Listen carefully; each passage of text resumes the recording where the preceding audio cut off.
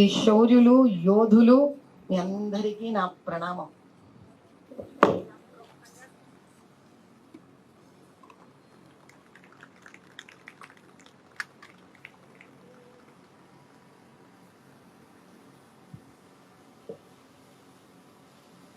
ఎంత ఎత్తు ఎదిగిన జీవితంలో ఇద్దరి ముందు తల వలసిందే. ఒకటి వటుక బ్రాహ్మడు. ఎందుకంటే మీరందరూ వటుకలు, తెలుసు కదా మీకు ఆ సంగతి? తెలుసా తెలీదా? మీరందరూ కలియుగంలో పుట్టిన అపర పరశురాముడు. మీరందరిలో ప్రతి ఒక్కడు పరశురాముడు. నేను మాట్లాడేది ఇటు వర్గం వాళ్ళకో అటు వర్గం వాళ్ళకో కాదు. నేను మాట్లాడేది మీకోసం. నేను మాట్లాడేది ఎవరి కోసం చెప్పండి? ఇంకొచ్చ గట్టి చెప్పండి. ఇది వరకు ఇంగ్లీషు భాష లేని రోజులలో భారతదేశంలో, చిన్నారులు వినండి, ఇది వరకు ఇంగ్లీషు భాష లేనప్పుడు భారతదేశంలో భారత భూమి మీద కూడా ఫిజిక్స్, కెమిస్ట్రీ, మ్యాథమెటిక్స్, ఆస్ట్రానమీ లాంటి అద్భుతమైన విద్యలు ఉన్నాయి. రసాయనిక శాస్త్రము, విద్యా వైద్య శాస్త్రాలు అంటే మెడిసిన్, ఫార్మకాలజీ, ఔషధాలు, అన్ని విద్యలు ఉన్నాయి ఇక్కడ. కానీ ఏ పద్ధతిలో ఉన్నాయి ఈ విద్యలన్నీ? వేద రూపంలో ఉన్నాయి. ఏ రూపంలో ఉన్నాయి? కరెక్ట్. ఈ వేద రూపంలో ఉన్న ఈ విద్యను మీ వంటి చక్కటి బ్రాహ్మణ పిల్లలు అభ్యసించి దీన్ని స్వలాభం లేకుండా, అంటే ఏమిటి? ఈ విద్యలు నేర్చుకునే అర్హత ఎవరికి ఉంటుంది?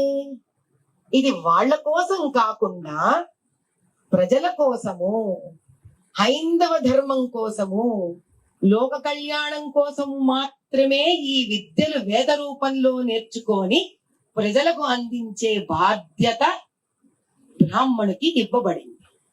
అందుకే వాళ్ళందరూ కుర్చీలలో కూర్చున్నారు, మీరు మాత్రమే కటిక నేల మీద కూర్చున్నారు. వాళ్ళందరూ నీడలో కూర్చున్నారు, కానీ మీరు మాత్రమే ఎండలో కూర్చున్నారు. వాళ్ళందరూ చెప్పులు వేసుకోగలుగుతారు, కానీ మీరు మాత్రమే చెప్పులు వేసుకోలేరు. వాళ్ళందరూ అంగవస్త్రాలు వేసుకున్నారు చక్కగా వెచ్చగా, కానీ మీరు మాత్రమే పైన బట్ట వేసుకోలేరు. ఇది బ్రాహ్మడు అంటే. ఇది బ్రాహ్మణుడు మర్చిపోకూడదు. ఏ రోజైతే వేదం నేర్చుకున్న బ్రాహ్మడు, ఇంత శక్తివంతమైన విద్యను నేర్చుకున్న బ్రాహ్మడు ఇది మరిచిపోతాడు, తన కోసం కానీ, తన కుటుంబం కోసం కానీ, స్వార్థం కోసం కానీ, తానే ఎదగాలని కానీ ఈ విద్యను ఎప్పుడైతే ఉపయోగిస్తాడో అది లోకానికి క్షేమం కాదు. అటువంటి బ్రాహ్మణ్ణి పోషించే ధర్మం సమాజానిది. పోషణ అంటే ఏంటి? భుక్తి, నీడ, ఇవన్నీ కష్టపడకుండా ఉండే సదుపాయాలతో బ్రాహ్మణ్ణి చూసుకుంటే, ఇటువంటి బ్రాహ్మడు ఏమేం చేశాడు? రావణాసుడు ఎగురుతాడే పుష్పక విమానము, ఎవరు చేశారు? మీ వంటి ఒక అద్భుతమైన వేద పండితుడే చేశాడు. అది ఒక శాస్త్రమే. భూమి గుండ్రముగా ఉంటుంది, నవగ్రహాలు ఉంటాయి, జ్యోతిష శాస్త్రం ఇది. మీరు ఈ రోజు బ్లడ్ టెస్ట్ తీసుకొని RNA, DNA మీ రోగాలు ఏవో చెప్తున్నారబ్బా, మేము జ్యోతిష శాస్త్రంలో మీ రోగం ఈ తరమే కాదు, 7 తరాలటు పూర్వజన్మము, వచ్చే జన్మం కూడా చెప్తానన్నదే మన వేద శాస్త్రం. అటువంటి శాస్త్రాన్ని పట్టుకొని ముందుకు వెళ్ళబోతున్న అపర బ్రాహ్మణ సైనికులు మీరందరూ. ఇంగ్లీష్ మీడియం స్కూల్స్ వచ్చాయి, వాళ్ళేమో స్టైల్ గా తయారవుతున్నారని మనకు అనిపిస్తోంది, అవునా? వాళ్ళేమో ఇంగ్లీష్ లో మాట్లాడుతున్నారని మనకు అనిపిస్తుంది. ఎంతసేపు మన వేదం ఒక హోమమో, ఒక పూజనో, ఒక స్మార్థమో చేయడానికే పనికొస్తోందేమో అని మన దృష్టిలోనే మనకు భయమేసేటువంటి ప్రపంచం తయారయ్యింది అక్కడ. అప్పుడు మనం ఏం చేయాలి?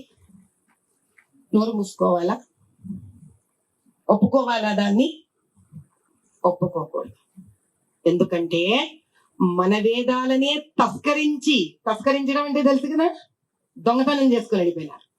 మన వేదాలనే దొంగతనం చేసుకొని వెళ్ళిపోయి వాళ్ళ భాషలలో మార్చుకొని చదువుకొని దాని నుంచి వచ్చిన మొదటి విమానమే రైట్ బ్రదర్స్ తయారు చేసినది. నేనెవరైనా గూగుల్ సెర్చ్ చేస్తే వాళ్ళకి తెలుస్తుంది. ఇప్పుడు అన్ని నిజాలు నిదానంగా బయటికే వస్తున్నాయి. అంటే దాని అర్థం ఏంటి? విమాన శాస్త్రము మన వేదంలో నుంచే వచ్చింది.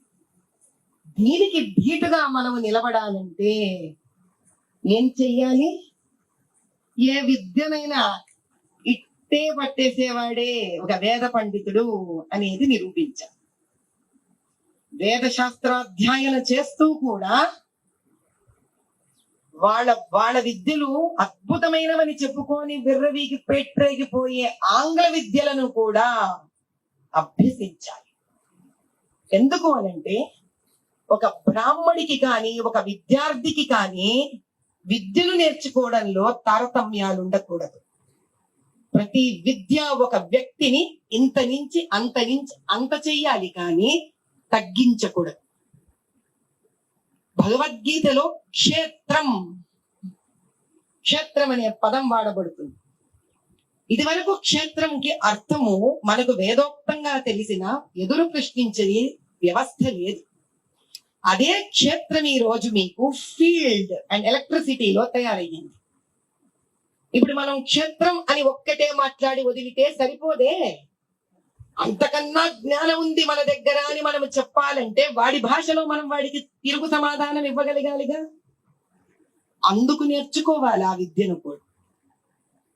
వీటిలన్నిటిలో కూడా మీరందరూ వేదాన్ని బయటికి లాగి పునః వేదోక్తంగా వేదం అనే ఒక శక్తితోటి ఈ భారతదేశాన్ని ముందుకు తీసుకొని వెళతారనే ఆశతోటి అటు గురు కృప, తల్లిదండ్రుల కృప, ఆ తల్లి పరమేశ్వరి కృప, సాక్షాత్ పరమేశ్వరుడి సహితంగా మహాలక్ష్మి విష్ణు ఒక కటాక్షం కూడా మీపై ఎప్పుడు ఉండాలని కోరుకుంటూ సర్వే జన సుఖినో భవ.